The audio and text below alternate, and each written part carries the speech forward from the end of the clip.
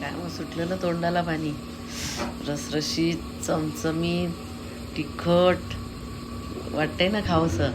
अशा जाड्या मिरच्या घेतल्या मी पॅनमध्ये. ह्या खूप फिक्क्या असतात आणि त्यातच मी थोड्याशा 4-5 ह्या काळ्या मिरच्या घालून घेतल्या. ह्या खूप तिखट असतात.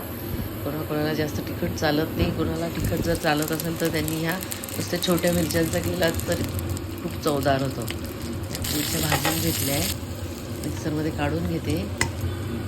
त्याच पॅनमध्ये तेल घालून घ्यायचं आहे. बारीक चिरलेले टोमॅटो आणि कोथिंबीर घालून घ्यायची. चेरी टोमॅटो असेल किंवा गावरान टोमॅटो असेल तर त्यात खूप चवदार लागतं.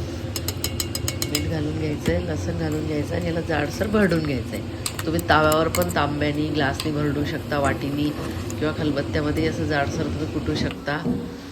टोमॅटो थोडा शिजला आहे, मऊ झाला आहे. त्यात आता ही चटणी घालून घ्यायची आहे आणि याला एक 5 मिनटं परतून घ्यायचं आहे. टोमॅटोचं सगळं पाणी जळालं पाहिजे, म्हणजे ही चटणी तुम्हाला 2-3 दिवस आरामात खाता येईल. व्यवस्थित परतून घ्यायचं आहे. ठेचा तयार झाला आहे आपला. वाटतोय ना खावसा. खूप चवदार लागतो. त्या छोट्या मिरच्यांमुळे खूप भारी चव येते. तुम्ही याला भाकरीसोबत खाऊन बघा, तोंडाला एकदम चव येईल.